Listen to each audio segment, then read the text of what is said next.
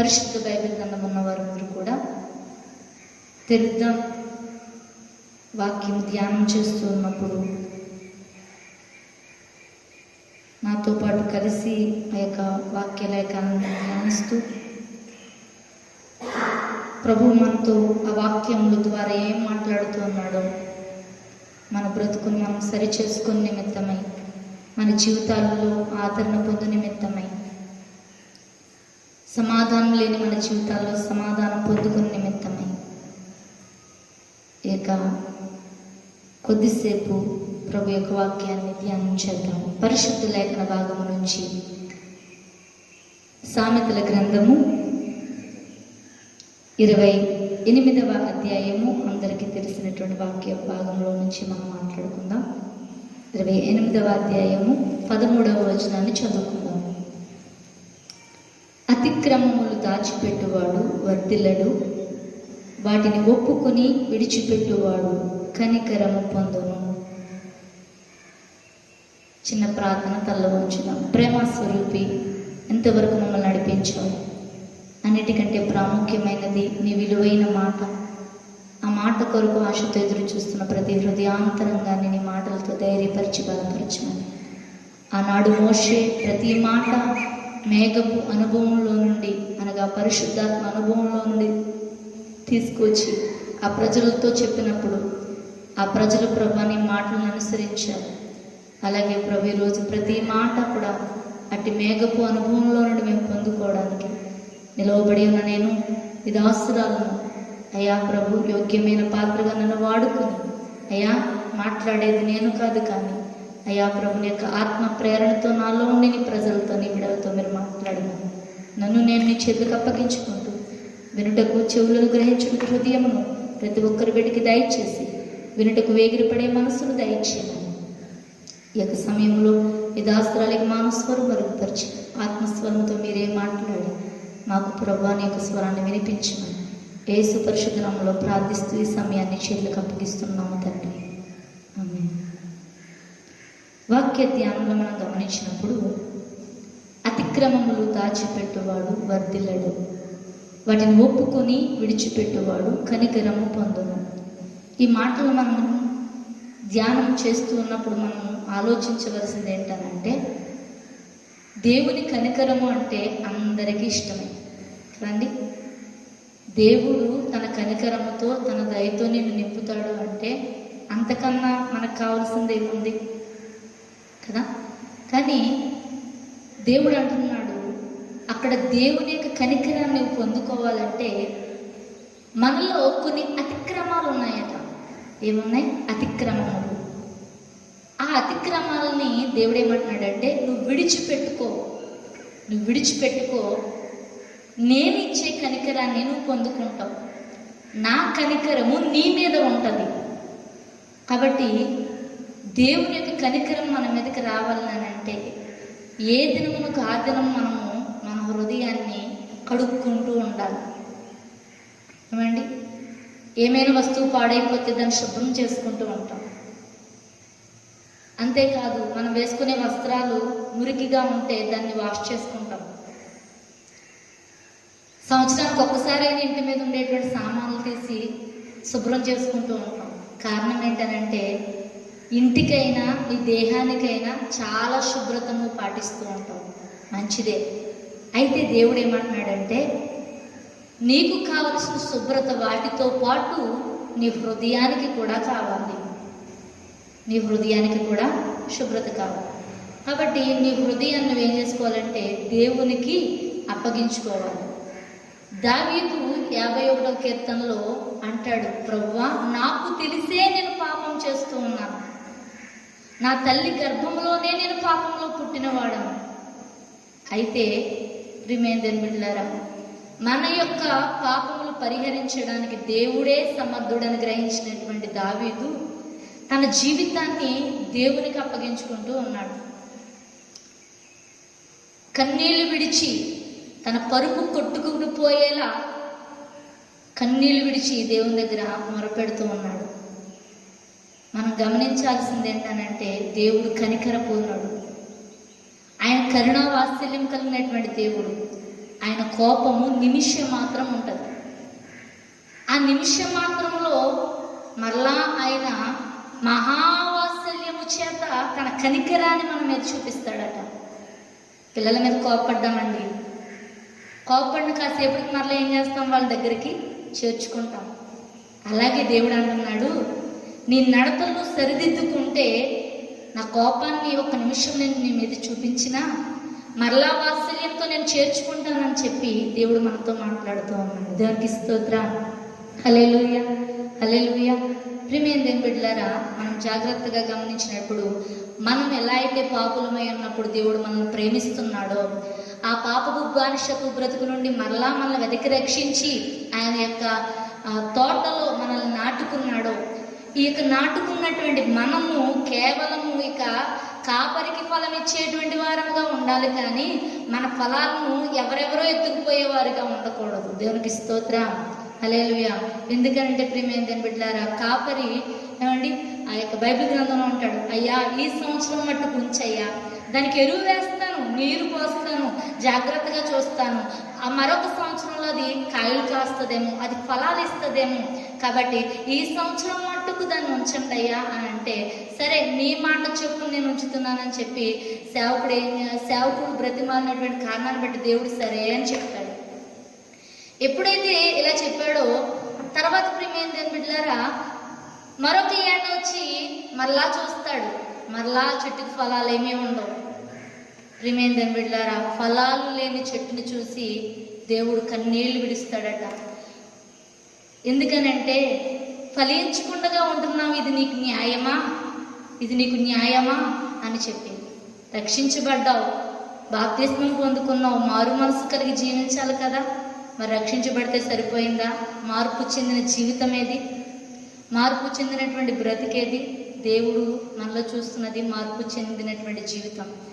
Bible గ్రంథంలో అంటాడు, మార్పు చెంది మీరు చంటి బిడ్డల వంటి వారైతే పరలోక రాజ్యం అట్టివారిదే అంటాడు. దేవునికి స్తోత్రం.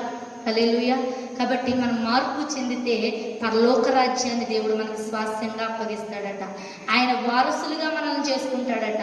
నీకున్నటువంటి ఆస్తిపాస్తులో నీ పిల్లలకే భాగాన్ని ఇస్తావు, కానీ ఎవరో బయట వచ్చి నాకు కూడా ఆస్తి పండిస్తావా? ఏవో.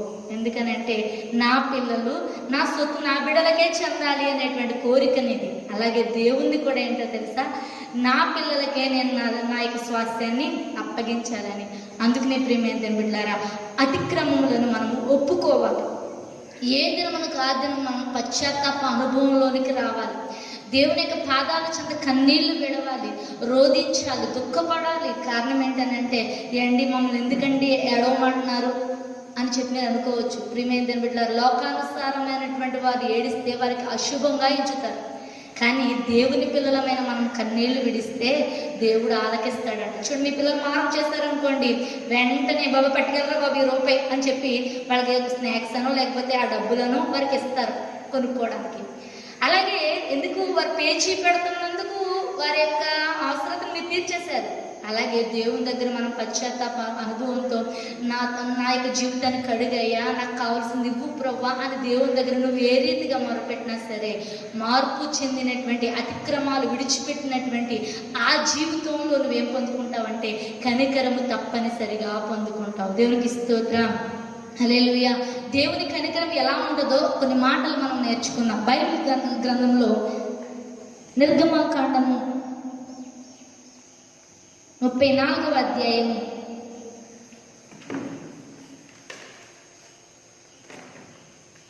6వ వచనం చదువుకుందాం. 34వ అధ్యాయము నిర్గమకాండము 6వ వచనం.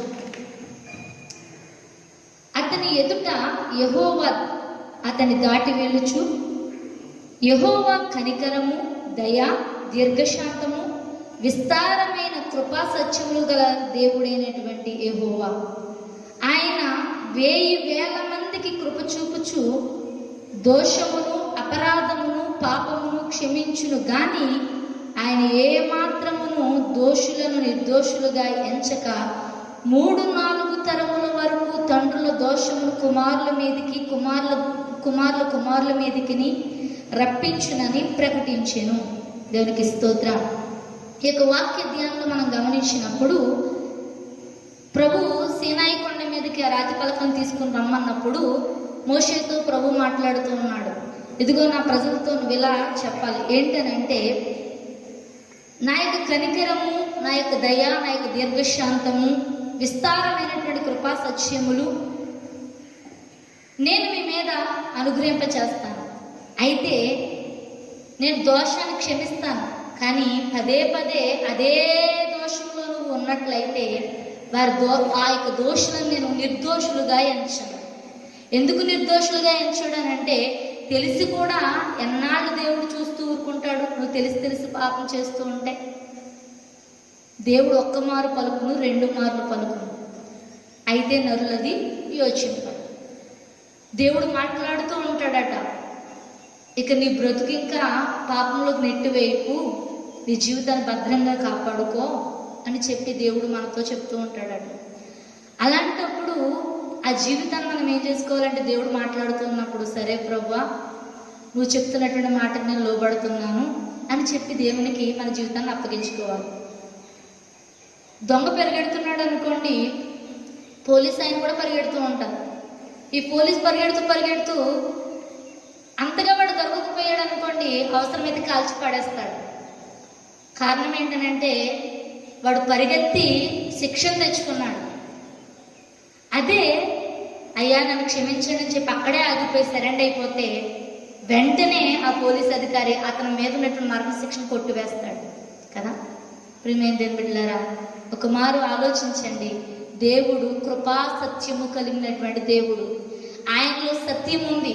ఆ సత్యాన్ని గ్రహించి కూడా ఇంకా గెహజీలాగా లోపంతో నిండుకొని ఉన్నావేమో. ఒక సేవకుని పక్కన శిష్యుడిగా ఉంటూ కూడా గెహజీ తన బ్రతుకును మార్చుకోలేకపోయాడు, తన జీవితాన్ని మార్చుకోలేకపోయాడు, తన యొక్క జీవితంలో సేవకుని అనుసరించి నడవలేకపోయాడు. ఇలా నడవలేని కారణాన్ని బట్టి గెహజీ ఒక్కడే కాదు కుష్ఠరోగంతో బాధపడతా. గెహజీ యొక్క కుష్ఠరోగము తన పిల్ల తరముల వరకు కూడా ఆ యొక్క గెహజీ కుటుంబాన్ని వెంట పెట్టుకునే వచ్చింది. కారణం ఏంటో తెలుసా? దేవుని మాటను ధిక్కరించాడు, తెలిసి కూడా ధిక్కరించాడు. ఇది నాకు తెలిసి కూడా ఏదైనా లోపములోనో పాపములోనో అతిక్రమంలోనో నువ్వు ఉన్నట్లయితే దేవుడు అంటున్నాడు సరిచేసుకో అని చెప్పి. నువ్వు సరిచేసుకుంటే దేవుని కనికరం ఇప్పుడే నీ మీదకి రాబోతూ ఉంది. దేవుని యొక్క దయ ఇప్పుడే నీ మీద కుమ్మరించబడుతూ ఉంది. ఆమేన్, హల్లెలూయా. ప్రియమైన దేవుని బిడ్డలారా, దేవుడు మహావాత్సల్యం చూపే దేవుడు. కాబట్టి ప్రియమైన దేవుని మనస్సు ఏంటో మనం తెలుసుకోవాలి. దేవుని ఉద్దేశం ఏంటో తెలుసుకోవాలి. ఎలా తెలుస్తుందండి? దేవుడు మాతో మాట్లాడితేనే కదండి తెలిసేదని నువ్వు అంటావేమో. వాక్యమే దేవుడై ఉన్నాడు, వాక్యమే దేవుడై ఉన్నాడు. కనుక ఆ వాక్యాన్ని మన జీవితంలో మనం అన్వయించుకోవాలి. వాక్యం మనతో మాట్లాడుతుందంటే దేవుడే నాతో మాట్లాడుతున్నాడని నువ్వు గ్రహించాలి. ప్రియమైన దేవుని బిడ్డలారా, ఒక మాట మనం ఆలోచించవలసినటువంటి వారమే ఉన్నాం. దోషులను క్షమిస్తాడట కానీ దోషాన్ని మాత్రము దోషాన్ని క్షమిస్తాడట కానీ దోషులను మాత్రము క్షమించాడట. దేవునికి స్తోత్రం, హల్లెలూయా. కాబట్టి మనం గ్రహించవలసింది ఏంటంటే, దేవుడి యొక్క కోపము, ఆయన యొక్క ఉగ్రత మన మీదకి రాకుండానట్లు ఎప్పటికప్పుడు మనము నూతన పరచబడుతూ ఉండాలి. మార్పు చెందినటువంటి చంటి బిడ్డల వలె మనము మారాలి. ఇంకొక మాట కూడా మీకు చూపిస్తాను. బైబిల్ గ్రంథంలో ద్వితీయోపదేశకాండము 4వ అధ్యాయము 31వ వచనాన్ని చదువుకుందాం. ద్వితీయోపదేశకాండము 4వ అధ్యాయము 31వ వచనం.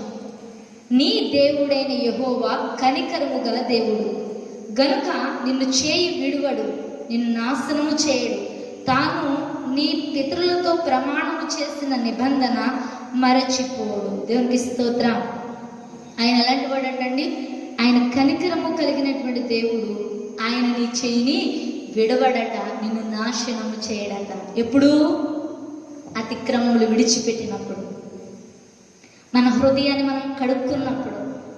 తప్పు చేయడం అనేది అందరికీ సహజమే, కానీ తెలిసుండి కూడా చేస్తున్నావు చూడు, అది భయంకరమైనటువంటి పాపం. కాబట్టి నువ్వేం చేయాలో తెలుసా? ఎప్పటికప్పుడు తెలియక చేసినటువంటి ఆ పాపాలను దావీదు కడుక్కున్నట్లుగా మన యొక్క దేహాలను మనము కడుక్కోవాలి, శుభ్రం చేసుకోవాలి, శుద్ధీకరించుకోవాలి. దేవుడు అంటాడు, నేను పరిశుద్ధుడను గనుక మీరును పరిశుద్ధులై ఉండండి అని కదా. మరి మన దేవుడు పరిశుద్ధుడైతే ఆయన పిల్లలమైన మనం అపవిత్రులుగా ఉండాలా? దోషభరితమైనటువంటి జీవితాన్ని, కంపు కొట్టే జీవితాన్ని మనలో ఉంచుకోవాలా? మనం ఎలా ఉంటామో మన పిల్లలు కూడా అలాగే ఉన్నాం. అంతకంటే గొప్పవారిగా యోచన చేస్తూ ఉంటాం మన పిల్లల విషయంలో కదా. మరి అలాంటప్పుడు మన బిడ్డల కోసమే అంత యోచన చేస్తే, తన స్వరక్తాన్ని ధారపోసి నీ కోసం, నా కోసం, మనందరి కోసం తన ప్రాణాన్ని ప్రణముగా పెట్టినటువంటి యేసయ్య యొక్క ఆ యొక్క విలువను, తన యొక్క మనస్సును గ్రహించవా? గ్రహించి ఇప్పటికైనా. ఎక్కువైపోయింది, టైం ఎక్కువైపోయింది, ఏమీ లేదు. ఎంత ఘోర పాపినైనా దేవుడు క్షమిస్తాడు. అలా నువ్వు భయంకరమైనటువంటి పాపాలు ఏవేవో చేయక్కర్లేదు. ఒక చిన్న లోపం చాలు, కొండకు పడినటువంటి చిన్న కన్నం చాలు ఆ వాటర్ అంతా పోవడానికి. వాడకు పడినటువంటి చుక్కానికి ఉన్నటువంటి చిన్న లోపం చాలు ఆ వాడంతా కూల్చేయడానికి. ఒక చిన్న మాట మీకు చెప్తాను. ఒక రోజున ఒక తండ్రి తన కూతురికి పెళ్లి చేశాడట. పెళ్లి చేసి అత్తవారింటికి పంపించాడు. కూతురు ఎప్పుడు ఫోన్ చేసి మాట్లాడుతూ ఉండేదట, నాన్న ఒకసారి రా నన్ను చూడడానికి, నాన్న ఒకసారి రా నన్ను చూడడానికి అనేదట. అంటే వస్తానులే, మా పొలం పనులు అవి ఉన్నాయి, అస్సలు ఖాళీ లేదు, కొంచెం టైం ఖాళీ అయిన తర్వాత వస్తాను తప్పకుండా అని చెప్పి ఆ తండ్రి చెప్తూ ఉండేవాడట. సరే నాన్న, సరే నాన్న అని చెప్పి ఎప్పటికప్పుడు అలాగే కృషించిపోతూ బెంగ పెట్టుకుని, ఎందుకంటే తనకున్నటువంటి పరిస్థితులను బట్టి, భర్త త్రాగుబోతూ, ఆమెకు అనారోగ్యం వస్తే ఆ భార్యను పట్టించుకోకుండా భయంకరమైన రీతిలో చిత్రవద చేస్తూ ఆ కుమార్తెని కుప్పకూలిపోయేటట్టుగా, కృంగిపోయేటట్టుగా కుమార్తెని చేసేసాడు. ఆ తండ్రికి ఒక రోజున ఖాళీ అయ్యిందట, నా తండ్రిని నా యొక్క కుమార్తెను చూడడానికి వెళ్ళాలి అని చెప్పి. కుమార్తెను చూడడానికి అన్ని రకాలు వండుకొని చక్కగా అన్ని సిద్ధం చేసుకుని కూతురింటికి బయలుదేరి వెళ్ళాడు. వెళ్ళేసరికి ఇల్లంతా వెతుకుతున్నాడంట. అమ్మ ఎక్కడున్నావురా, నేను వచ్చానురా నాన్నని, ఎక్కడున్నావురా నువ్వు అని చెప్పి ఇల్లంతా వెతుకుతున్నాడట. ఈ కూతురు ఎక్కడా కనిపించట్లేదు. కనిపించకపోయేసరికి ఆ తండ్రికి బాధ కలిగిందంటే, ఏది నా కూతురు అని చెప్పి అక్కడ ఒక మంచం ఉంటే ఆ నలుక మంచం మీద ఎవరబ్బా పడుకున్నారని చెప్పి చూస్తే ఆ నలుక మంచం మీద కిక్కిరిసిపోయి ఇలా ముడిచిపెట్టుకుని, అసలు తన కూతురు కాదుమే అనుకున్నట్టుగా ఆమెను చూసేసరికి తన కూతురు కాదనుకున్నాడట. ఆ తండ్రిని చూసి వెంటనే ఆమె ఏడవడం ప్రారంభించిందంట. నాన్న, నా బ్రతుకు చూసావా, ఎంతో బాగుంటుందని చెప్పి ఘనమైన స్థితిలో ఒక ఉన్నతమైనటువంటి వ్యక్తికి చేశాను కదా అనుకున్నావు, కానీ ఎన్నోసార్లు నేను రమ్మని కౌరు పెట్టాను, కానీ నేను ఈ స్థితికి వచ్చే వరకు నువ్వు రాలేదు నాన్న దగ్గరికి. నా పరిస్థితి ఇలా అయిపోయింది, ఈ భర్తతో నేను కాపురం చేయను అని చెప్పి ఆ కూతురు ఏడుస్తూ ఉందట. ఏడుస్తూ ఉంటే, సర్లే అమ్మ, నేను ఇంక చూడలేను, నువ్వు ఇంకెలాగే ఉంటే ఈ ప్రాణాలు కూడా పోతాయి, వచ్చేనా కూడా అని చెప్పి కూతురు తీసుకువెళ్ళిపోయి అల్లుడికి విడాకులు ఇచ్చేసి మరొక పెళ్లి చేశాడట. పట్నంలో కుమారుడిని చూసి పెళ్లి చేశాడు. ఇప్పుడు ఈ పట్టణంలో వారి జీవితం చాలా సజావుగా, అందంగా సాగుతుంది. చాలా జాగ్రత్తగా చక్కబెట్టుకుంటుంది కుటుంబాన్ని. ఇలా జరిగేటువంటి ఈ యొక్క సంసార జీవితంలో ఒక రోజున ఆ భర్త డ్యూటీకి వెళ్ళకుండా లీవ్ ఉందని చెప్పి, సెలవు ఉందని చెప్పి ఇంటి దగ్గరే ఉండిపోయాడు. ఆ రోజున ఎవరు వచ్చి డోర్ కొడుతున్నారంట. టౌన్లో మనల్ని ఎవరు పిలుస్తారు, మనం ఎవరమో వాళ్ళకి తెలియదు, వాళ్ళు ఎవరో మనకు తెలియదు. మనం పిలిచేవారంటే ఎవరు ఉండరు. కాబట్టి ఎవరబ్బా అని చెప్పి వెళ్ళి తలుపు తీసాడట భర్త. ఆ కుమార్తె భర్త వెళ్ళి తలుపు తీసేసరికి ఎవరో కొత్త వ్యక్తి, ఎప్పుడు ఈ యొక్క వ్యక్తి చూడలేదు. ఆ వ్యక్తిని చూడకపోయేసరికి, ఎవరు కావాలండి మీకు అని అడిగితే, అది లేదా అని అడిగాడట. అది లేదా అని అడిగేసరికి ఏంటంటే డిఫరెంట్గా మాట్లాడుతున్నాడు. ఎవరండి అంటే, అదే దాని పిలు అన్నాడు. ఏమే, నీకోసం ఎవరు వచ్చారో ఒకసారి వెళ్ళి చూడు అంటే, నా కోసం ఎవరు వస్తారండి, నా కోసం ఎవరు రారు, ఇదేమో మనకు తెలిసిన ఊరేంటి, మీకోసమే వచ్చి ఉంటారు, జాగ్రత్తగా కనుక్కోండి అన్నదటి భార్య. కాదే బాబు, నీకోసమే వచ్చాడట అంటే, సరే ఎవరని చెప్పి ఆ బయటకు వెళ్ళి చూసేసరికి ఆ ముందు చేసుకునేటువంటి భర్త ఆ ఇంటికి వచ్చాడు. ఎప్పుడో నీకు నాకు విడాకులు అయిపోయినాయి కదా, నీకు నాకు తెగతింపులు అయిపోయినాయి, ఇక మరలా ఎందుకు వచ్చావు అని చెప్పి కోపంగా మాట్లాడుతూ ఉంటుంటే, అబ్బా విడాకులు ఇచ్చేస్తే నీకు నాకు బంధం తెగిపోయిందంటావా, మరి నేను చేయించినటువంటి ముక్కు పుడక నీ ముక్కును ఎందుకుంది అన్నాడట. నేను ఇచ్చినటువంటి ముక్కు పుడక నీ ముక్కును ఎందుకుంది అని అడిగాడట. త్రాగడానికి డబ్బులు లేక ముక్కు పుడక కోసం వచ్చేసాడట. అంటే అతనికి నీకు ఏదో సంబంధం ఉందని చెప్పి రెండో భర్త కూడా వదిలేశాడట. చూసారా భయంకరమైనటువంటి పరిస్థితులు ఎలా అయిపోయిందో. జాగ్రత్త. ముక్కు పుడక చిన్నదే కానీ జీవితాన్ని కోల్పోయేలా చేసేసింది, సంసారము నాశనం అయిపోయేలా చేసేసింది.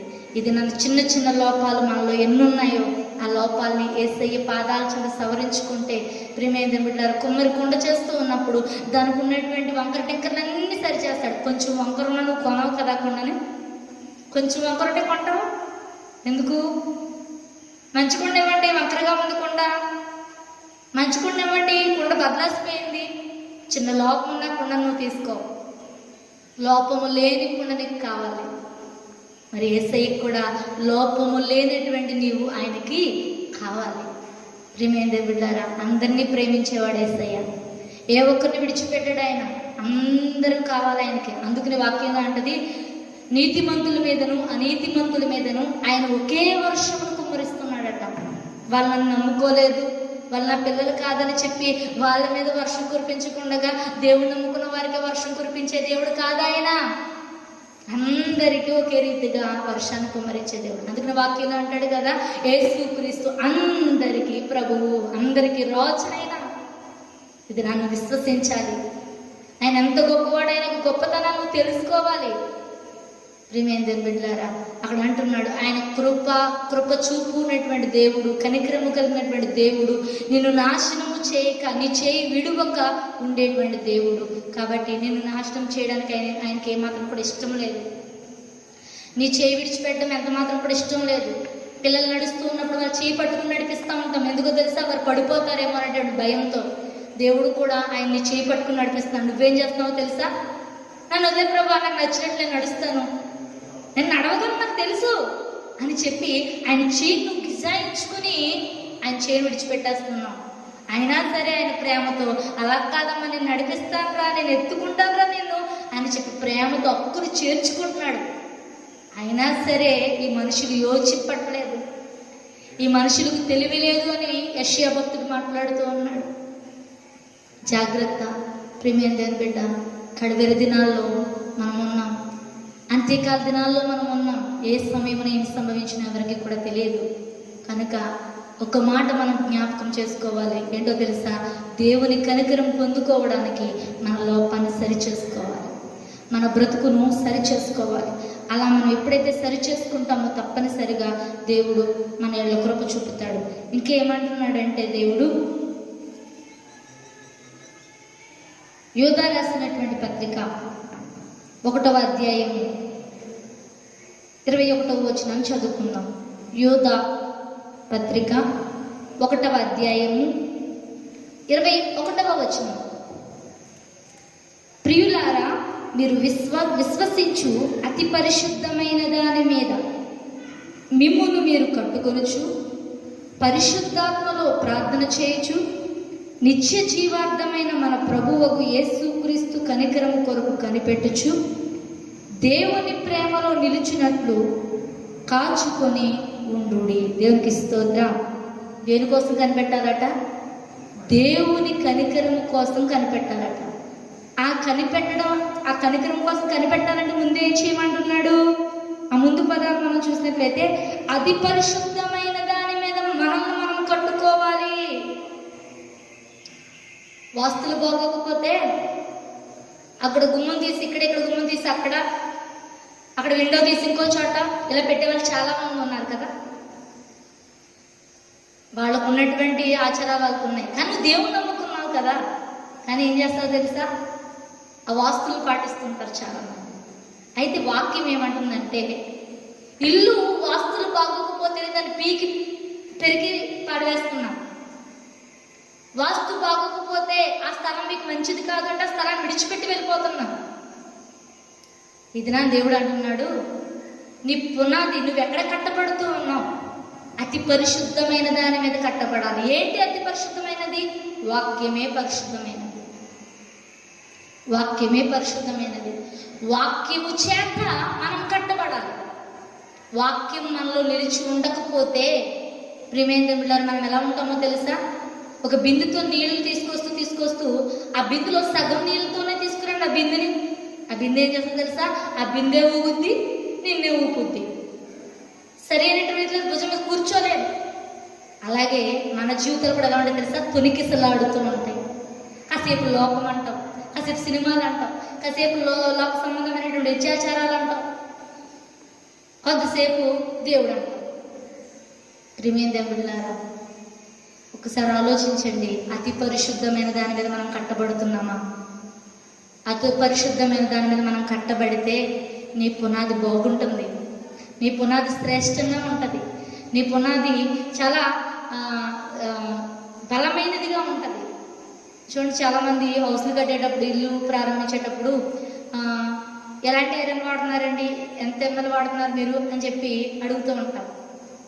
కారణం ఏంటంటే ఎంత స్ట్రాంగ్ రాడ్ వేస్తే దానికి ఆ ఇది పునాది అంత స్థిరంగా ఉంటుంది అనేటువంటి ఆలోచన. అలాగే ప్రియమైన బిడ్డలారా, మన పునాది కూడా వాక్యములో స్థిరపరచబడాలి, వాక్యములో కట్టబడాలి, అతి పరిశుద్ధంగా కట్టాలి. దేవునికి స్తోత్రం, హల్లెలూయా. ఇంకొక మాట చూసినట్లయితే పరిశుద్ధాత్మలో ప్రార్థన చేయొచ్చు. ఎక్కడ ప్రార్థన చేయాలట? పరిశుద్ధాత్మలో. ఆత్మ ప్రేరణతో మనం ప్రార్థన చేయాలి. చాలామంది ప్రార్థన చేస్తారు. వారి ప్రార్థన ఎలా ఉంటుందని అంటే, పెదవులు మాత్రము ప్రార్థిస్తాయి కానీ వారి హృదయం మాత్రం దేవునికి దూరంగా ఉంటుంది. కానీ దేవుడు ఏమన్నాడు తెలుసా? మీరు ప్రార్థన చేయనప్పుడు ఏకాంతంగా ఒక గదిలోకి వెళ్ళి రహస్యమందు ఒక దేవుడు నిన్ను చూస్తున్నాడు అని చెప్పి ఆ దేవునికి నువ్వేం చేయాలట? మొర్ర పెట్టాలట, విజ్ఞాపన చేయాలట. అక్కడ నీ బాధ అంతా చెప్పుకోవచ్చు. ఎందుకనంటే అక్కడ నీ తండ్రి నిన్ను చూస్తున్నాడు. నీ ప్రార్థన వినడానికి అక్కడ నీ దేవుడు సిద్ధపడి ఉన్నాడు. అందుకని చెప్పి దేవుని యొక్క పాదాల చెంతకు మనము రావాలి. ఆయన దగ్గర మనము సంపూర్ణంగా హృదయపూర్వకంగా మొరపెట్టాలి. చాలా యేసుప్రభు వారి సిలువ వేసేటువంటి ముందు రాత్రి ఒలీవల తోటలో వాళ్ళు ప్రార్థన చేస్తూ ఉన్నప్పుడు యేసుప్రభు వారు అంటారు, మెలకువగా ఉండి మీరు ప్రార్థన చేయండి అంటే, అప్పుడు వాళ్ళు అంటారు, ప్రభువా ఆత్మ సిద్ధమే కానీ శరీరము బలహీనంగా ఉందయ్యా. ఏ సిద్ధంగా ఉందట? ఆత్మ సిద్ధంగా ఉందట, శరీరము సహకరించట్లేదట. మన శరీరాన్ని ఏదైతే పాడు చేస్తూ ఉందో దేవుని తట్టు మన యొక్క మనసును త్రిప్పకుండా ఆ మనసును మనం చంపివేసుకోవాలి. అవి ఎప్పుడైతే మనం చంపేసుకుంటామో అప్పుడే మనం దేవునికి కనికరమును పొందగలం. మనిషి హృదయములో నుండి అనగా లోభమును, జారత్వమును ఇవన్నీ మనుషుల్లో నుండి బయట వెళ్ళి ఆ మనిషిని ఏం చేస్తున్నాయట? అపవిత్రపరుస్తూ ఉన్నాయట. అందుకునే అపవిత్రత అనేది మనలో ఎంత మాత్రం కూడా ఏలుబడి చేయకూడదు. ప్రియమైన బిడ్డలారా, నిత్య జీవార్థమైన ప్రభు అయినటువంటి మన క్రీస్తు యొక్క కనికరము కొరకు కనిపెట్టి దేవుని ప్రేమలో నిలుచున్నట్లు కాచుకుని ఉండాలి. దేవుని ప్రేమలో నిలిచినట్లు ఏం చేయాలంటే మనము కాచుకుని ఉండాలట. కాచుకోవడం ఏంటి అండి? కాచుకోవడం అంటే నీ మనసు ఇక్కడే ఆలోచిస్తుంది. ఇక్కడ ఆలోచిస్తూనే ఆ కాసేపట్లో మరలా ఎక్కడెక్కడికో తిరిగి వచ్చేస్తూ ఉంటుంది. మనిషి నువ్వు అక్కడే ఉంటావు, కానీ తలంపులు ఉన్నాయే అవి ఎక్కడెక్కడో పనిచేస్తూ ఉంటాయి. దేవుడు అంటున్నాడు, నీ మనసు నిలుపుకోవాలి దేవుని ప్రేమలో. దేవుని ప్రేమలో నువ్వు నిలిచి ఉండాలి. దాని విషయంలో నీ మనస్సు నువ్వేం చేసుకోవాలి తెలుసా? కాచుకోవాలి. మనం కాచుకోకపోయామనుకోండి, దావీదు ఒంటరిగా మేడ మీద అటు ఇటు తిరుగుతూ ఉన్నాడు. ఆ ఒంటరిగా అటు ఇటు తిరుగుతూ ఉన్నటువంటి ఆ వ్యక్తి ఏం చేయాలి? దేవునితో సహవాసమైనా కలిగి ఉండాలి, లేకపోతే తన ప్రజలతో అయినా మాట్లాడుతూ ఉండాలి, లేకపోతే ఏదో ఒకటి దేవునితో సహవాసం చేస్తూనైనా ఉండాలి. కానీ అక్కడ మన దావీదును చూస్తే ఒంటరిగా మేడ మీద అటు ఇటు తిరుగులాడుతూ ఉన్నాడు. ఆ తిరుగులాడేటువంటి ఆ యొక్క దావీదుకి అపవాది ఏం చూపించిందో తెలుసా? పాపాన్ని చూపించింది. ఒక ఆకర్షణీయమైనటువంటి పాపాన్ని చూపించింది. అది పాపమని దావీదు హృదయానికి తెలియలేదేమో. వెంటనే ఆమెను ఆకర్షించాడు. ఒక భయంకరమైనటువంటి పాపాన్ని కట్టుకున్నాడు, ఊరియాను చంపించేసి. అప్పుడే ఆ 51వ కీర్తనలో తన యొక్క జీవితాన్ని దేవుని దగ్గర కడుక్కుంటూ ఉంటాడు. కాబట్టి ప్రియమైన దేవుళ్ళారా, మనసు నిలుపుకో. ఒంటరిగా ఉంటే తుంటర ఆలోచనలు వస్తాయట. ఒంటరిగా ఉంటే నువ్వు బైబిల్తో అయినా సహవాసం చేయి. ఒంటరిగా ఉంటే ప్రార్థనతో సహవాసం చేయి. ఒంటరిగా ఉంటే ఆత్మీయులతో మాట్లాడు. ఈరోజు ఫోన్ కాల్స్ మాట్లాడడానికి ఏమండి ఎంతోమంది అమ్మాయిలు అబ్బాయిలు మాట్లాడుకుంటుంటారు. పనికి మళ్ళీ వ్యర్థమైనటువంటి సొద. అందులో అవసరమైందంటూ ఒకటి ఉండదు. తిన్నావా, ఉన్నావా, ఇవే. కానీ ఆత్మీయునితో మాట్లాడు. ఆత్మీయునితో మాట్లాడితే తప్పనిసరిగా ప్రేమేంద్రుడు నీకు కావలసినటువంటి విషయాలు, నిన్ను బలపరిచే విషయాలు ఆ ఆత్మీయుడు లేకపోతే ఆత్మీయురాలు నీతో చెప్పగలుగుతారు. ఖాళీగా ఉన్నావా, ఏదైనా పరిచర్యలో, దేవుని పరిచర్యలో పాలు పంపులు కలిగి ఉండడానికి సిద్ధపడు. అంతేకాని వ్యర్థంగా మాత్రము ఆ సమయాన్ని గడపొద్దు. దేవునికి స్తోత్రం, హల్లెలూయా. కాబట్టి మన యొక్క మనస్సును క్రీస్తులో మనము, క్రీస్తు ప్రేమలో మనము నిలుపుకోవడానికి ఇష్టపడదాం. ప్రియమైన దేవుళ్ళారా, ఎవరి మీద దేవుడు తన కనికరాన్ని చూపిస్తాడు? కొన్ని మాటలు నేర్చుకుని ముగించుకున్నాం. త్వరితంగానే నేను క్లుప్తంగానే వెళ్తాను. 1 రాజులు 8వ అధ్యాయము 23వ వచనం. 1 రాజులు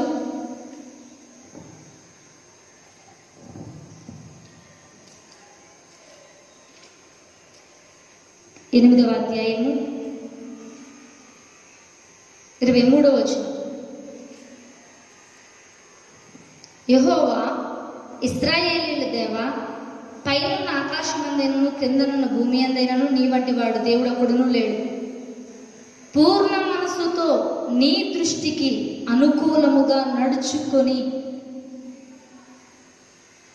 నీ దాసుల విషయమై నీవు నిబంధన నెరవేర్చుచు కనికరము చూపుచు ఉండువాడవై ఉన్నావు.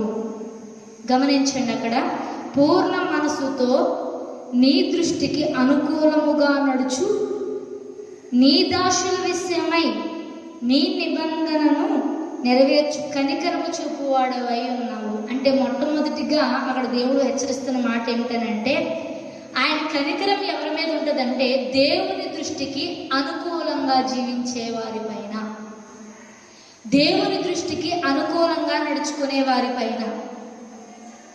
ఏమండి, ఈరోజు దేవునికి అనుకూలత కలిగి జీవించేవారు ఎంతమంది ఉన్నారు? చాలా తక్కువ, అరుదు. వారికి అనుకూలంగా చేసుకుంటారు ఏదైనా.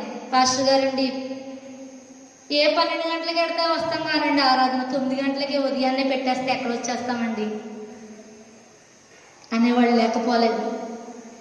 పాస్టర్ గారు సీరియల్ అయిపోయినాక పెట్టండి ఫోటో అనేవాళ్ళు లేకపోలేదు. అండి, ఎవరికి అనుకూలం కావాలి? మనుషులకు అనుకూలంగా ఆ సేవకుడు మసులుకోవాలి. సేవకుడు నీ పనివాడు కాదు, దేవుని పనివాడు. ఒక్కసారి గ్రహించు ఆ విషయం. గ్రహిస్తే నువ్వు సేవకునికి ఆలోచనలేవు. సేవకుని యొక్క ఆలోచన తీసుకుంటావు, అది దేవుని యొక్క ఆలోచన. ప్రియమైన దేవుని బిడ్డ, దేవుని దృష్టికి అనుకూలంగా నడుచుకునేటువంటి ఆ నడక దేవుడు కోరుతూ ఉన్నాడు. అది దేవుడు ఇష్టపడుతూ ఉన్నాడు. ఆయన చిత్తాన్ని అనుసరించేటువంటి వారి మీద ఆయన కనికరం నిలిచి ఉంటుందని దేవుడు చెప్తూ ఉన్నాడు. జీవిందామా దేవుని దృష్టికి అనుకూలంగా? మన అనుకూలతలు వద్దండి. మన అనుకూలతలు మనల్ని ఏం చేస్తాయో తెలుసా? దేవుని మందిరాన్ని ఎగ్గొట్టి ఫంక్షన్లకు వెళ్ళేటట్టుగా చేస్తాయి. మన అనుకూలతలు ఎలా ఉంటాయో తెలుసా?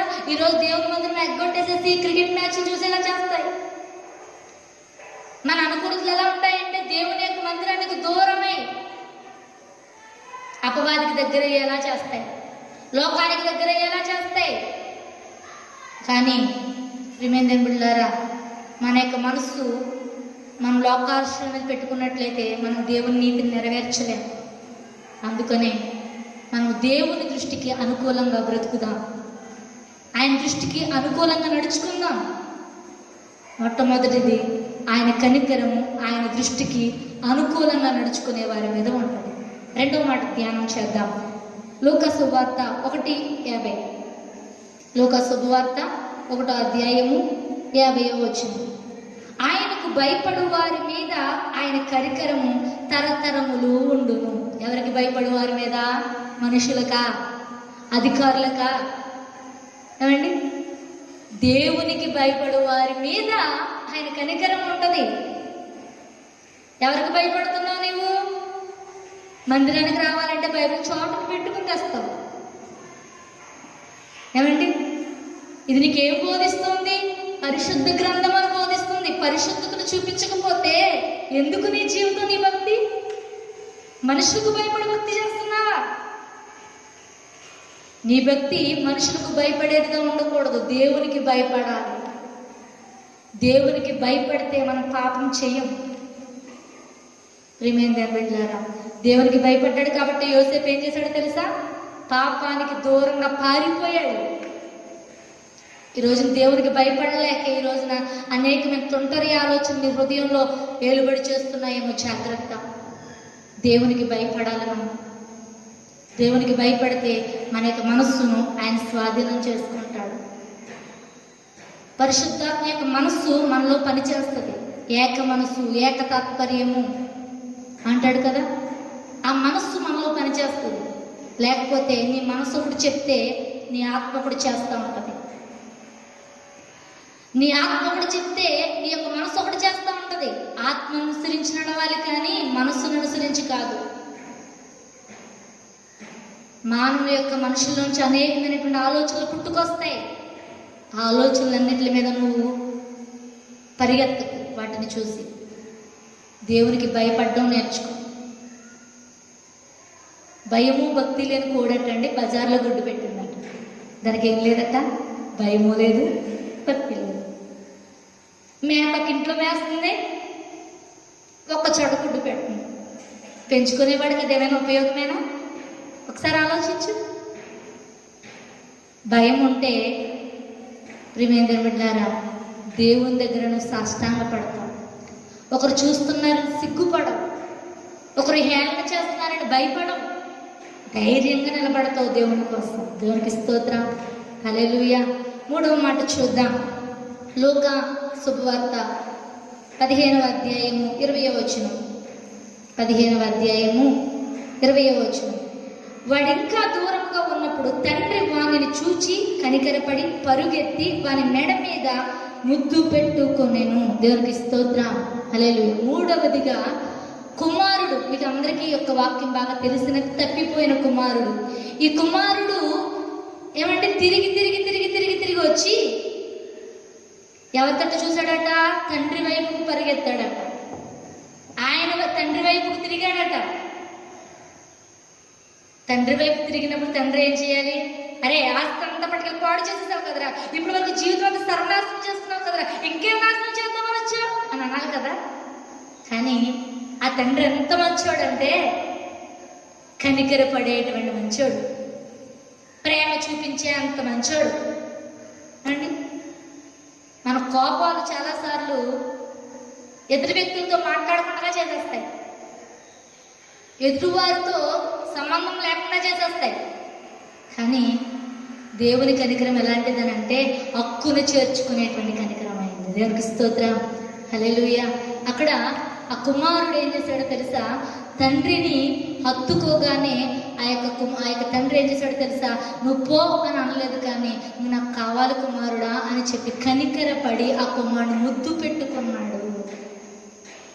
ముద్దు పెట్టుకున్నాడు. ఏమండి, ఎంత కోపం, ఎంత ప్రేమ అంటే ముద్దు పెట్టుకుంటాడు. వస్త్రాలన్నీ పాడైపోయి ఎలా పడతామో వచ్చాడు ఆ కుమారుడు.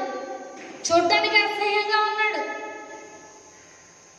జుట్టు చిరిగిపోయి, మొహం అంతా మసితో, శరీరం అంతా మట్టితో, బట్టలన్నీ చిరిగిపోయి ఎలా పడితే అలా ఉన్నాడు. అయినా సరే యేసయ్య వాడు అందాన్ని, పై అందాన్ని చూడలేదు, హృదయాన్ని చూశాడు. వీడు మార్పు చెందాడు, వీడు నాకు కావాలి, నాకు అటు తిరిగాడు, వీడు నాకు కావాలి అని చెప్పి మళ్ళా దేవుడు ఆ కుమారుని చేర్చుకున్నాడు.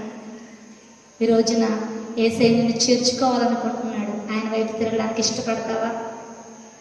ఇప్పుడు వరకు ఇంకా దేవుని తట్టు తిరగలేని వ్యక్తివైతే ఇప్పటికైనా నీ మనస్సు మార్చుకుని ఆయన తట్టు తిరగడానికి ఇష్టపడు. 4వ మాటగా చూద్దాం. ఇందా మనం చదువుకున్నాం కదా సామెతలు 28:13 అతిక్రమములు విడిచిపెడితే నువ్వు కనికరం పొందుకుంటావు. అతిక్రమములు విడిచిపెడితే కనికరం పొందుకుంటావు. ఇంకా చెప్పుకుంటూ పోతే చాలా మాటలు ఉన్నాయి. కానీ యోసేపు మీద దేవుడు కనికరపడ్డాడు, గుడ్డివాని మీద కనికరపడ్డాడు, కుష్ఠరోగి మీద కనికరపడ్డాడు. ఏమండి, ఇలా చాలామంది మీద బైబిల్ గ్రంథంలో మనం చూస్తుంటే మత్తయి, మార్కు, లూకా సువార్తలు ఇలా మనం చదువుకుంటూ వెళ్తే చాలామంది మీద దేవుడు కనికరపడినట్లుగా మన వాక్యాన్ని ధ్యానం చేస్తున్నప్పుడు మనకు కనిపిస్తూ ఉంటాయి. సమరయుడి మీద దారి తప్పిపోయి దొంగల చేత కొట్టబడినటువంటి ఆ వ్యక్తి మీద సమరయుడిగా యేసయ్య వెళ్ళి ఆ వ్యక్తి మీద కనికరపడ్డాడు. ఇలా ఎంతోమంది మీద యేసయ్య కనికరపడ్డాడు. మరి ఆయన కనికరం నీ మీద చూపించడా? ఆయన స్వార్థపరుడా? కాదు కదా, చూపిస్తాడు తప్పనిసరిగా.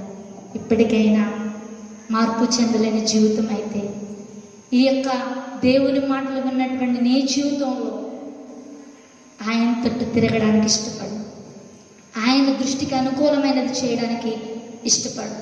అంతేకాదు దేవునికి భయపడడం నేర్చుకో, అతిక్రమాలు విడిచిపెట్టుకో. ఇక మీదటైనా ఇప్పుడైనా ప్రియమైన బిడ్డలారా దేవుని కొరకు బ్రతకడానికి ఇష్టపడు. ప్రియమైన బిడ్డలారా, ఇంకనూ మన ఆత్మీయ జీవితాన్ని బలపరుచుకోవడానికి మనం దేవునికి మన యొక్క హృదయాన్ని సంపూర్ణంగా అప్పగించుకునేటువంటి వారిగా సిద్ధపడదాం. అట్టి కృప దేవుడు మనందరికీ అనుగ్రహింపచేయను గాక. ఆమేన్. ఈ కొద్ది మాటలు దేవుడు దీవించును గాక. ప్రార్థన మోకరిందాం.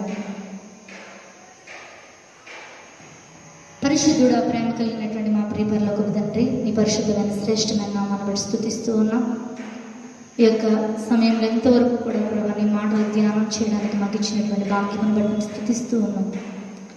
ఇంకనూ మా బ్రతుకు మార్చుకోలేకుండా కానీ కనికరం పొందలేకుండా వ్యర్థులుగా జీవిస్తూ ఉన్నట్లయితే అలాంటి వారు ఎవరైనా ఈరోజు నీ మాటలు విని ప్రభు నీ పాదాల చెంత వారు కన్నీళ్ళు విడుస్తున్నట్లయితే వారి జీవితాలను ప్రభు నూతనంగా మార్చండి. అయ్యా ప్రభు నీకు స్తోత్రాలు. నీ కనికరం పొందుకున్నటువంటి వారైతే వారి మీద నీ యొక్క మహా కనికరమును ప్రభు కుమ్మరించండి. ఒక్కొక్కరిని మీరు జ్ఞాపకం చేసుకుని పేరు పేరు చెప్పిన దీవించి ఆశీర్వదించి ఈరోజు అందరి నిమిత్తమైతే వారు ఉపవాసం నీ పాదాల చెంత విజ్ఞాపన చేస్తూ ఉన్నారు. వారి ప్రతి ఒక్క ప్రార్థనకు ప్రభు మీ యొక్క కార్యాలు జరిగించి ప్రభు ఎస్తేరు తన కార్యము కొరకు ఉపవాసం ఉన్నప్పుడు తండ్రి ప్రభు ఉన్నటువంటి కీడుని తొలగించావు ప్రభు. దానిలో ఉపవాసం చేస్తే కీడుని తొలగించావు. ఇలా ఉపవాస ప్రార్థన ద్వారా ఎన్నో మేలు జరుగుతాయి ప్రభు. కనుక ఇప్పుడైనా మీరు ఉపవాసం ఉండి ప్రభు నీ తట్టు చూడమంటున్నావు కనుక దాన్ని నీ యొక్క పాదాల చెంత మనం పూర్వంగా వేడుకున్నటువంటి ప్రతి ఒక్కొక్క బిడ్డను పేరు పేరు చొప్పున దీవించి ఆశ్రయించి వారి జీవితాల్లో ఉన్నతమైన నీ చిత్తాన్ని నెరవేర్చి నీ మహిమకు పాత్రలుగా నీ చిత్తానికి అనుగుణంగా నడిచేటువంటి భాగ్యం వరకు దయచేయమని. ఎంతవరకు ప్రభు నీ మాటలు మా యొక్క హృదయంలో నాటింపబడ్డాయి కనుక అవి చెరిపి వేసుకోకుండా వాటి ప్రకారం జీవించేటువంటి అనుగుణమైన జీవితం మాకు దయచేయమని యేసు పరిశుద్ధ నామములో ప్రార్థించి వేడుకుంటూ ఈ యొక్క మా ప్రార్థన ముగిస్తున్నాం. మా పరమ తండ్రి. ఆమేన్. యేసు రక్తమే చేయి, సిలువ రక్తమే చేయి. యేసు నామం సంపూర్ణ విజయం కలుగుగాక. అపవాది ఘనత నాశనము అపజయం కలుగుగాక. ఆమేన్. మన పరమ తండ్రి యొక్క దేవుని ప్రేమయు కుమారుని యొక్క కృపయు పరిశుద్ధాత్మ అన్య సహవాసము సమాధానం ఇప్పుడు ఎల్లప్పుడూ ఆయన రాకడ పర్యంతం వరకు కూడా సదాకాలము ఎంతవరకు ఈ యొక్క వాక్యాన్ని లైవ్ చూసినటువంటి బిడ్డలకును అలాగే ఉపవాసంతో విజ్ఞాపన చేసిన బిడ్డలకును తోడేవుని నడిపించును గాక. ఆమేన్. ఆమేన్. దేవుని కొందరు మీ అందరికీ